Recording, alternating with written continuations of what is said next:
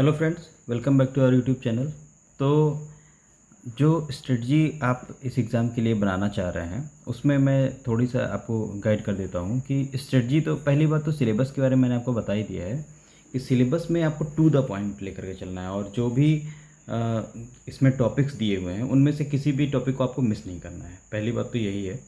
और दूसरा, आप अगर आप स्ट्रेटजी बना रहे हैं तो जो उसमें कुछ पॉइंट्स हैं जो मैं आपको मेंशन कर दे रहा हूँ।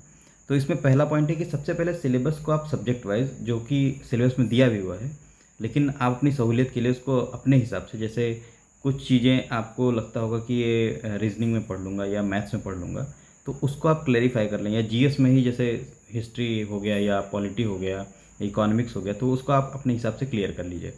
तो सिलेबस को सब्जेक्ट वाइज पहली बात तो आप बांट लीजिए। दूसरी बात ये है कि कोशिश करिए कि हर सब्जेक्ट आप डेली पढ़िए, क्योंकि उससे क्या होता है कि जैसे एक सब्जेक्ट पढ़ने से आपका तो एक मोनोटोनस बन जाता है रूटीन, और एक ही सब्जेक्ट बार बार पढ़ रहे हैं तो आपकी जो प्रोडक्टिविटी होती है वो कम हो जाती है। तो इसलिए सब्जेक्ट को लगभग जैसे 4 सब्जेक्ट हैं आपके, तो कोशिश करिए कि 4 सब्जेक्ट या 3 सब्जेक्ट आप डेली पढ़ने की कोशिश करिए। और इसको पढ़ने से एक तो आपका जो मोनोटोनिसिटी रहेगा वो ख़त्म हो जाएगा। दूसरा ये कि आपको जो सब्जेक्ट चेंज होगा तो आपका मन भी लगेगा। और तीसरी बात ये कि वेटेज के हिसाब से आप कितने सब्जेक्ट को कितना वेटेज देना है। जैसे मान लिया कोई सब्जेक्ट आपका स्ट्रांग है तो उसको आप कम टाइम देकर भी उसमें अच्छा मार्क्स गेन कर सकते हैं, या कुछ सब्जेक्ट आपके वीक हैं तो उसमें ज़्यादा टाइम देना पड़ेगा। तो कुछ उसको कि किस हिसाब से अब उसका मतलब क्या आपकी रिक्वायरमेंट है, उस हिसाब से आप उसको वेटेज दीजिए।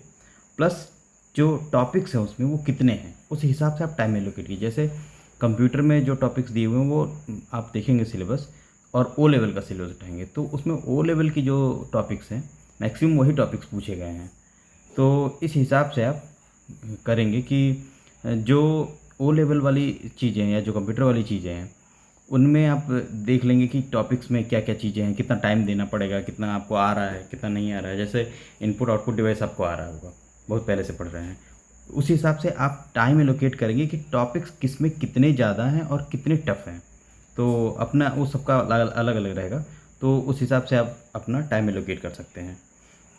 फिर जितने भी सब्जेक्ट्स हैं उनका आप एक टॉपिक वाइज ब्रेकअप बना लीजिए।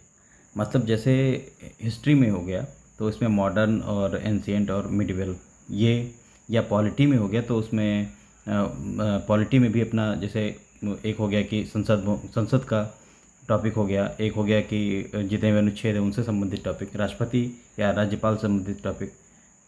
तो ये सारी चीज़ें आप कर सकते हैं। और इस हिसाब से अगर आप ब्रेक कर लेंगे, जैसे हिंदी में, और हाँ सबसे स्कोरिंग जो सब्जेक्ट है वो हिंदी है इसमें, और कंप्यूटर, तो हिंदी को आप कम टाइम दे करके भी ज़्यादा गेन कर सकते हैं। तो इस हिसाब से आप अपना डिसाइड कर लीजिए कि आपको क्या सब्जेक्ट को कितना टाइम देना है। फिर नेक्स्ट मैं बता दूं आपको कि फिर एक एक टॉपिक का डे वाइज करके पढ़िए। कि जैसे मान लिया आपने 4 टॉपिक लिख लिया कि तद्भव तद्भव तत्सम, एक टॉपिक ये हो गया, दूसरा मुहावरे हो गए, और तीसरा पर्यायवाची हो गया। तो इस तरीके से अगर आप कर रहे हैं तो एक दिन के लिए आप एक चीज़ का शेड्यूल रखिए कि आप तद्भव तत्सम आज पढ़ेंगे। तो जितना आपके पास जो भी बुक है, आप जो भी बुक प्रेफर कर रहे हैं उसको उसी दिन आप उस टॉपिक को ख़त्म करेंगे, जितना भी करना है आपको। तो अपने हिसाब से आप डे वाइज उसको टॉपिक को डे वाइज लेकर के चलिए। फिर नेक्स्ट है कि आप फुल लेंथ टेस्ट जो है, हाँ ये बहुत ज़्यादा इंपॉर्टेंस रखता है एग्ज़ाम के प्रिपरेशन में। कि अगर आप फुल लेंथ टेस्ट दे रहे हैं तो आपको ये पता चलेगा कि आपका कौन सा पोर्शन अभी तैयार नहीं है, या आप किस पोर्शन में ज़्यादा वीक हैं।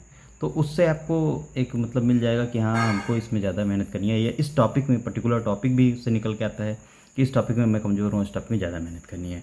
तो ये आपके लिए अच्छा होगा। फिर अभी देखिए ऑफिशियल डेट तो आई नहीं है, तो तब तक आप ये कर सकते हैं, जैसे आप खुद अपने हिसाब से डिसाइड कर सकते हैं कि 3 दिन में एक टेस्ट दे सकते हैं, या 2 दिन में एक टेस्ट दे सकते हैं, या हफ्ते भर में एक टेस्ट दे सकते हैं। मतलब आप अपने हिसाब से उसको कर लीजिए कि आपका क्या है तरीका, मतलब कितना आप एसेस करना चाहते हैं खुद को। अगर आप कम अभी आपकी तैयारी है तो आप उस हिसाब से कम टेस्ट दीजिए, ज़्यादा तैयारी है तो टेस्ट ज़्यादा दीजिए, तैयारी कम करिए। इस हिसाब से आपको अपने हिसाब से अपने अकॉर्डिंग वो करना रहेगा। फिर नेक्स्ट में ये कि टेस्ट कहीं से भी दे सकते हैं, उसमें कोई ये नहीं है कि मैं किस कौन सी सीरीज़ टेस्ट सीरीज़ खरीदूँ। देखिए टेस्ट सारे लोग बना रहे हैं, और एक जो डेमो टेस्ट होता है वो सब लोग देते हैं। तो आप 1-2 टेस्ट दे करके देख लीजिए कि कौन से टेस्ट सीरीज़ में कितना रिलेवेंसी है, मतलब कितना वो टॉपिक से स्टिक होकर के क्वेश्चन पूछ रहा है। ऐसा नहीं कि मतलब पूरा पूछ ले रहा है कुछ भी, आप बिना रिलेवेंसी का, बिना रिलेवेंट नहीं है कुछ भी पूछ ले रहा है, तो ऐसा नहीं। आप सिलेबस आपके पास है और टॉपिक्स आपके पास हैं, तो इस हिसाब से आप देख सकते हैं। और इसमें एक इम्पॉर्टेंट जो मैं बात कहना चाहूँगा उसमें ये है कि सिलेबस के ही हर टॉपिक को कवर करिए। मतलब सिलेबस का कोई टॉपिक ना छूटने पाए, आप एक्स्ट्रा पढ़ लें वो आपकी मर्ज़ी, लेकिन सिलेबस का कोई टॉपिक आपसे छूटने ना पाए। इस हिसाब से आप तैयारी करेंगे तो मेरे हिसाब से अभी पर्याप्त समय है। अगर अक्टूबर में भी एग्ज़ाम होता है तो आपके पास लगभग 2 महीने हैं। सितंबर भी स्टार्ट ही हुआ है, 4-5 दिन बीते हुए हैं। तो आप इस हिसाब से अगर तैयारी अपनी करते हैं तो आपका एकदम श्योर है कि एग्ज़ाम क्लियर होगा। और बाकी अगर कोई क्वेरी है तो आप कमेंट बॉक्स में भी डाल सकते हैं या टेलीग्राम चैनल पे भी पूछ सकते हैं। Thank you.